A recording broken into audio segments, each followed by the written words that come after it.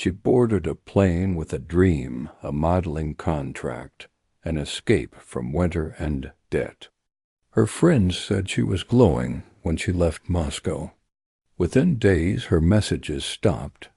Weeks later, her family saw photos online, not of her modeling, but of an unmarked clinic in Myanmar. Organ trafficking, they whispered. Officials called it fake news. But fragments of her digital trail, deleted chats, airport CCTV, and one haunting taxi photo told a darker story. This is not an urban legend.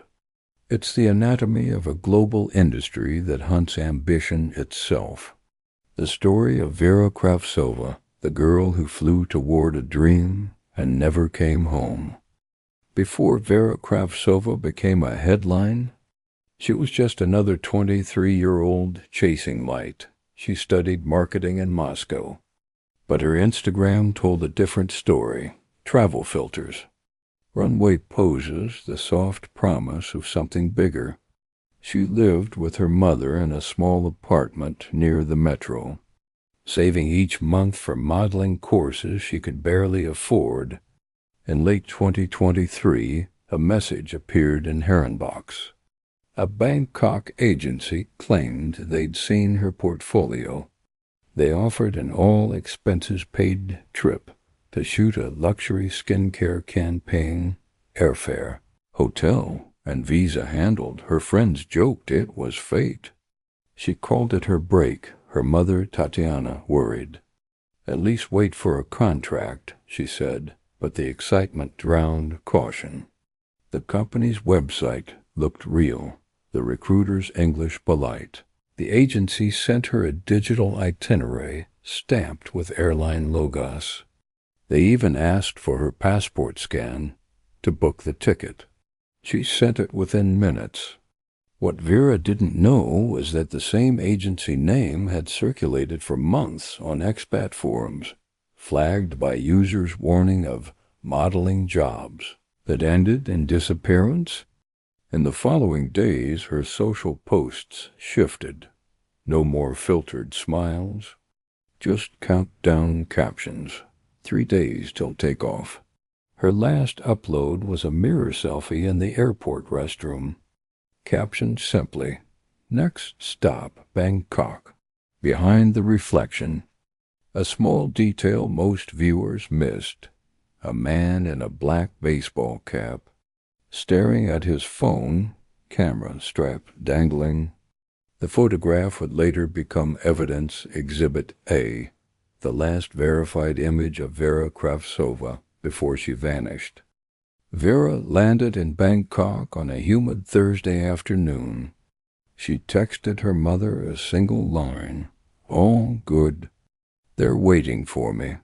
It would be the last message she ever sent. The driver who met her held a cardboard sign that read, "Model Kravtsova." Airport CCTV shows him leading her toward a black van parked away from the main pickup area. No agency representative appears on camera. Her friends assumed she'd arrived at the hotel and started work. Her social media went quiet, then private. 2 days later, her mother received a text from an unknown number claiming Vera had changed phones. It used her nickname, Verushka. No photo. No voice. Investigators later confirmed the SIM was registered in Myanmar. Her flight data showed no return ticket. Thai immigration records list a single crossing from Mae Sot into Mayawati, a border town known for its casinos, fake clinics, and human trafficking routes. After that, nothing. No digital trace. No withdrawals. No posts a month later. A Russian blogger published a blurred photo allegedly taken inside a private clinic there. A metal door marked with a number and a Moscow luggage tag on the floor. Officials called it a hoax. But Vera's mother recognized the bag. She sent emails to the Russian consulate in Thailand, Interpol, and local press. Most never replied. One journalist wrote back, "You're not the first family to contact us about that agency." For Tatiana Kravtsova, hope turned into ritual. Each morning she'd open Vera's chat and type, "Are you there?" sending messages into a void that never answered behind the screens. A global pipeline of false contracts and vanishing women was already in motion. And Vera was no longer the first. 2 weeks after Vera disappeared, a private investigator named Sergei Volkov began piecing together her digital remains. He was hired by Tatiana Kravtsova, a mother now living in half-light, surviving on screenshots and hope. Volkov traced Vera's last known signals, a Bangkok airport Wi-Fi ping, then a SIM card registered across the border in Myanmar, Myanmar. The coordinates led to a cluster of compounds labeled online as medical logistics centers, inside telegram groups used by traffickers. He found coded job listings: foreign female, fair-skinned, preferred medical volunteer. The photos were blurred, but the metadata matched Vera's last selfie. Meanwhile, a cybersecurity firm in Singapore confirmed fragments of her passport scan circulating on a dark web marketplace. Each listing referenced a shipment ID, not a person. The trail curved from the digital to the physical: brokers in Thailand, recruiters in Russia, clinics in the current state run by shell charities. When Volkov contacted the Bangkok police, they dismissed the case as voluntary disappearance. He showed them airline logs, the fake agency website, and the messages promising payment upon arrival. Still, no action. Tatiana began posting updates online, tagging embassies and journalists. Her posts drew messages from other families, women from Poland, Ukraine, Vietnam, all lured by similar offers, all gone silent after crossing that same border. Patterns emerged like bruises: fake modeling, identical contracts, missing seams, a network with precision and patience, moving people as quietly as shipments. Volkov called it industrialized disappearance.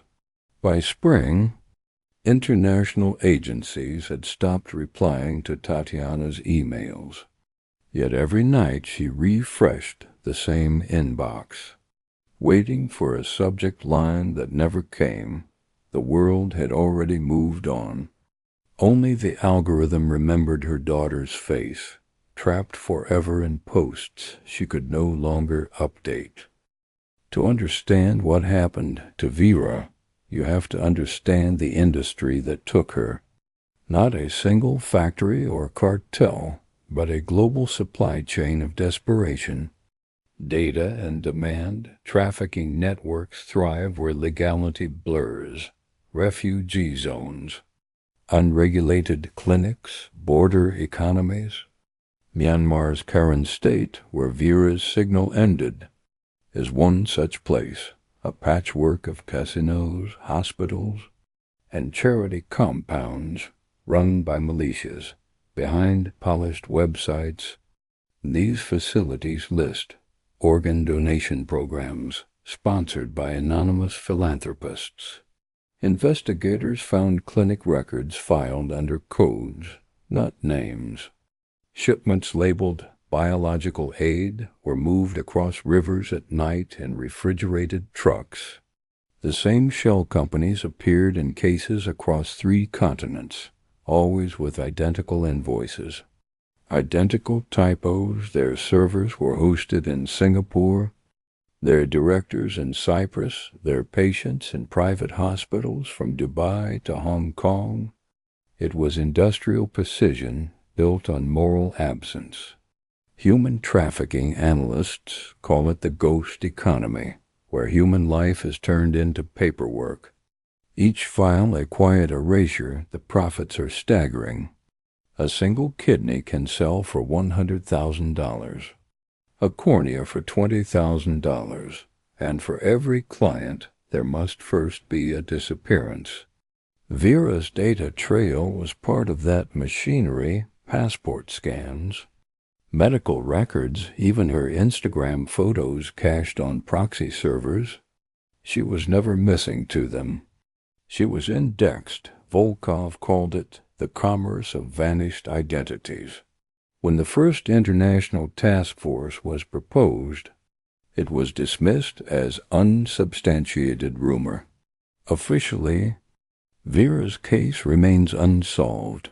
Unofficially, her name is part of a spreadsheet that should never have existed. A global market that thrives because no one is meant to look directly at it. By the time international attention faded, Tatiana Kravtsova had become one of many mothers sharing the same grief in different languages.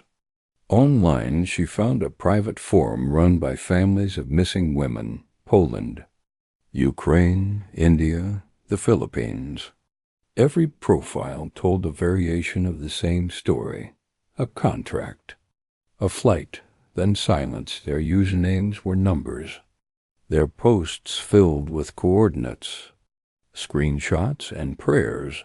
They called themselves the Gray List. Once a week, they met on encrypted calls, cross-checking names of fake agencies and recruiters. Together, they mapped a digital graveyard, hundreds of women erased, their traces archived by mothers who refused to forget. One member shared a leaked database from a Southeast Asian clinic chain. In it, Tatiana found an entry labeled VK1123. No name, only initials, height, and blood type. She printed the page and kept it under a candle on her kitchen table. Reporters visited, filmed, left. Online outrage spiked, then drowned under the next headline. Tatiana began speaking at human rights conferences. Her voice trembled, but her facts were sharp. Flight numbers, IP logs, unanswered emails. A documentary crew recorded her testimony for an expose that was never aired. The funding pulled for legal reasons. In the footage that survives, she says, "They say my daughter is dead, but I have never seen her body. Until I do, I will not believe it." The camera lingers on her face, half in light, half in shadow behind her. A screen glows with dozens of open chat windows, each labeled with a different woman's name. The Gray List continues to update those names, adding one each month. The world scrolls past. Their silence has become the loudest evidence left. Time passes, but the internet never forgets.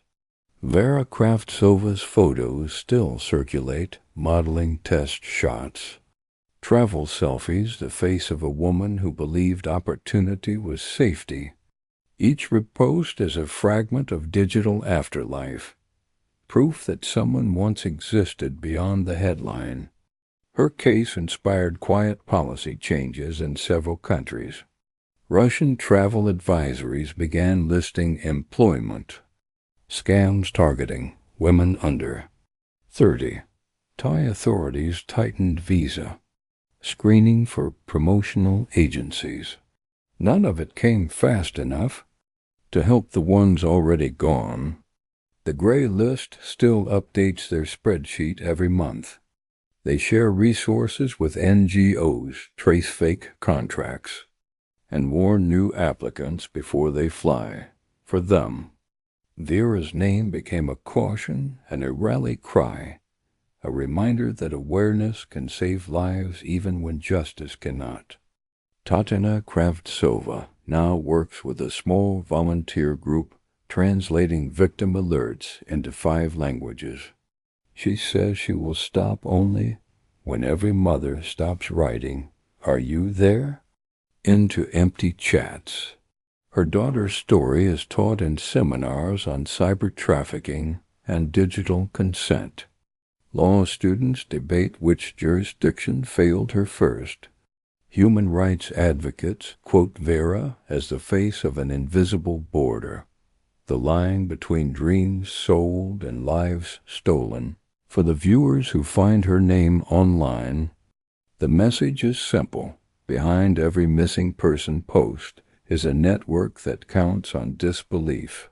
Vera's legacy isn't only tragedy. It's awareness written into algorithms.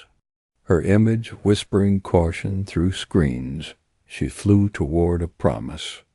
The world's silence turned it into a warning. And somewhere inside that warning, her story keeps someone else alive.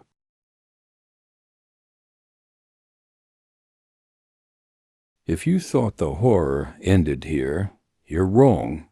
What other dark rituals and forbidden practices are still being performed in secret?